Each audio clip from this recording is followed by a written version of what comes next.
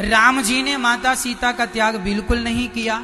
आज मैं एक सिचुएशन जो वहां पर बनी थी, मैं उस पर थोड़ी सी बात करूंगा ताकि आपको समझ आ जाए।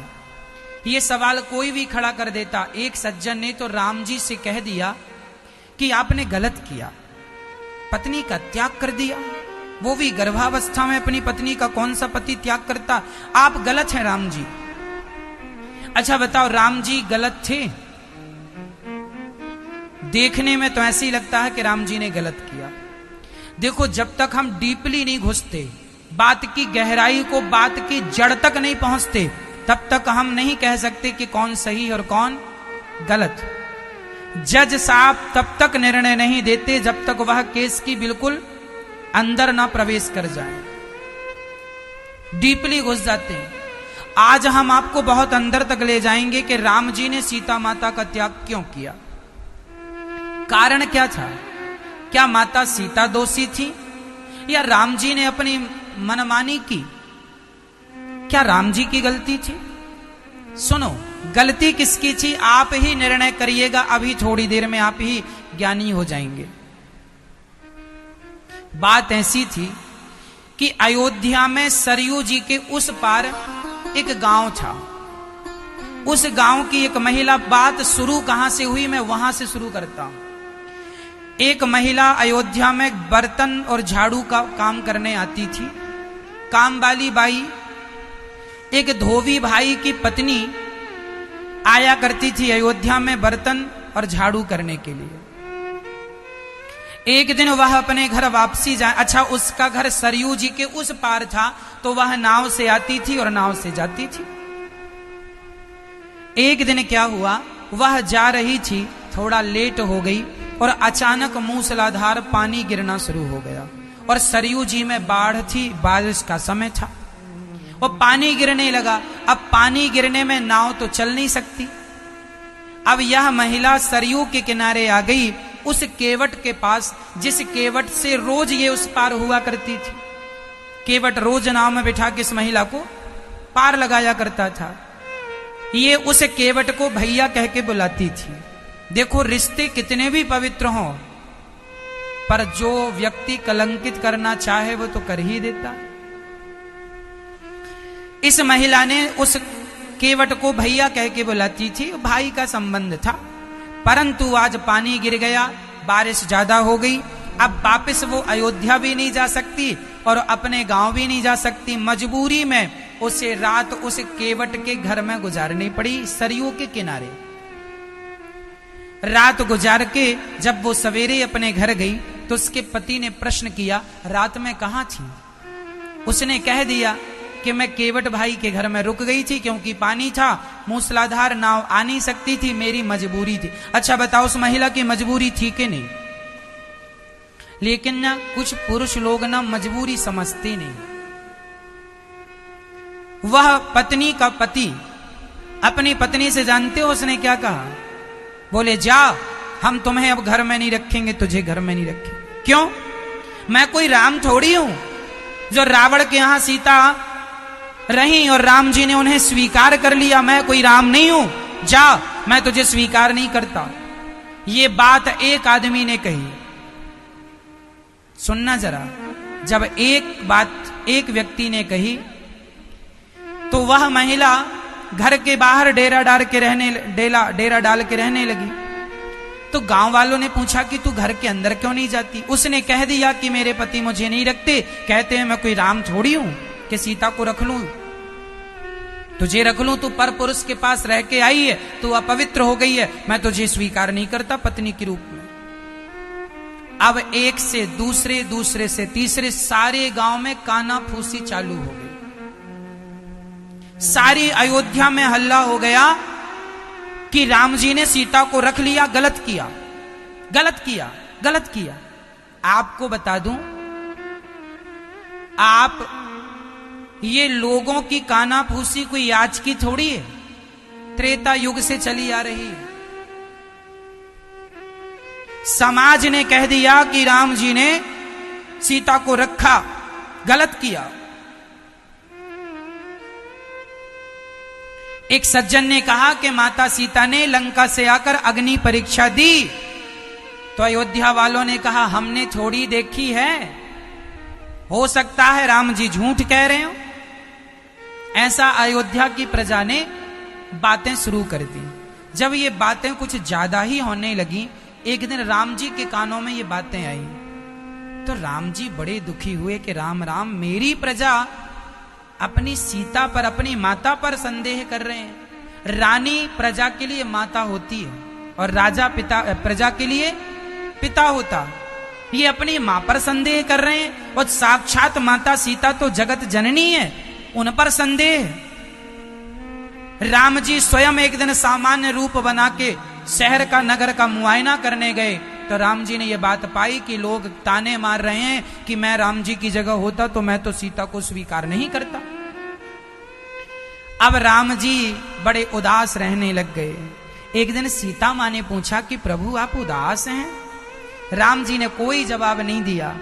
तो जो माता सीता की दासी थी ना, उसने बताया कि आपके बारे में समाज में ऐसी ऐसी बातें चल रही। तब माता सीता समझ गई कि मैं ही सबसे बड़ा कारण हूं। तो सीता मां ने राम जी से कहा, नाथ मैं जानती हूं कि आप मुझसे बहुत प्रेम करते हैं। यदि राम जी प्रेम ना करते माता सीता से तो रावण से क्यों लड़ते, समुद्र में सेतु का निर्माण क्यों करते। राम जी से माता सीता ने कहा कि देखो ये रघुकुल रीत सदा चली आई, प्राण जाए पर वचन न जाए। ये रघुकुल की जो राज सिंहासन है ये कभी कलंकित नहीं हुई। माता सीता ने कहा कि मेरे कारण यदि ये समाज इस गद्दी को कलंकित कह रही है तो मैं ही यहां से चली जाती हूं। राम जी ने ये नहीं कहा सीता तुम चली जाओ, वो प्रजा का दबाव था और राम जी राजा थे। अच्छा ये बताओ, यदि आप राजा होते और प्रजा का दबाव होता कि आप अपनी पत्नी को त्याग दीजिए क्योंकि पत्नी के कारण समाज में विद्रोह हो सकता, तो बताइए आप क्या करते। राम जी उस समय केवल सीता माता के पति नहीं थे, उस समय अयोध्या वासियों के वो राजा थे। और राम जी ने माता सीता को निकाल करके पति धर्म नहीं राज धर्म निभाया है कि यदि समाज मेरे इस निर्णय से सुखी होती है तो मैं अपने प्यार को ठुकराकर, राम जी अपनी पत्नी से ज्यादा अपनी प्रजा को प्यार करते हैं। यदि राम जी सीता को ना त्यागते तो क्या होता, समाज कहता अरे राम जी तो बड़े स्त्री लंपट हैं। हाँ, रावण के पास सीता रही और राम जी ने रख लिया, ना जाने समाज क्या क्या आरोप लगाती। इसलिए राम जी ने कहा जाओ, यदि तुम समाज के लोग हमारे त्याग से, हमारे और सीता की दूरी से प्रसन्न रहना चाहते हो तो जाओ, मैं सीता से दूर रहूंगा। राम जी ने सीता से कहा आप ही बताओ मैं क्या करूं। सीता मां ने कहा लक्ष्मण को बुलाओ, मुझे जंगल छोड़ के आए। सीता मां अपनी मर्जी से निकल गई। ये तो रहा पहला कारण। अब मैं इसका दूसरा कारण बताता हूं जो पुराणों में लिखा है। पद्म पुराण में एक सबसे बड़ा कारण लिखा है, माता सीता को जंगल क्यों जाना पड़ा गर्भावस्था में। उस कारण को सुनने के बाद सारे किंतु परंतु नष्ट हो जाएंगे। जब माता सीता छोटी सी थी, जनक के यहाँ की घटना है, ये पद्म पुराण में लिखी है। कोई सबूत मांगे तो मैं लिखा हुआ पुराणों में दिखा सकता हूं। एक बार क्या हुआ कि माता सीता जरा छोटी सी थी। एक दिन वह अपने बगीचे में खेल रही थी। एक तोता और एक तोती आकर डाल पर बैठ गए और तोती बहुत सुंदर राम कथा सुना रही थी। सीता होंगी, उनसे राम का विवाह होगा, खूब कथा सुनाई। तो सीता मां को लगा ये तो हमारी कथा सुना रही है। तो सीता मां ने उस तोती को पकड़ लिया और सोने के पिंजरे में बंद कर दिया। तोती गर्भवती थी। तोती चिल्लाई सीता हमें ना बंद करो, हम गर्भवती हैं, हमें पति के साथ रहने दो। पर सीता मां का दिल पता नहीं क्या हुआ, कठोर हो गया। माता सीता ने कहा ना, हम नहीं छोड़ेंगी, तुम रोज यहां रहना, जो कहोगी खिलाएंगे, जहां कहोगी ले जाएंगे, पर तुम हमें रोज कथा सुनाना। माता सीता अपने कथा के स्वार्थ में उस तोती को पिंजरे में बंद कर लेती हैं और वह तोती गर्भवती थी। वह तोती तड़प तड़प करके मर गई। ना पानी पीना, ना भोजन करना, सीता माँ उसे खूब पानी पिलाती पर वो पीती ना, और जब तड़प तड़प के मरने लगी तो उसके तोते ने श्राप दे दिया। तोती के तोते ने, सीता जैसे तुमने हमारी पत्नी को गर्भावस्था में दूर किया है, जाओ जब तुम गर्भवती हो जाओगी तो तुम्हारे पति भी तुम्हें अपने से दूर कर देंगे और कारण मैं बनूंगा। वही तोता धोबी बन के आया। इसलिए ना धोबी का दोष है ना प्रजा का दोष है, दोष किसी को ना देना, न देना दोष किस्मत को, विपत्ति तो सब पे आती है।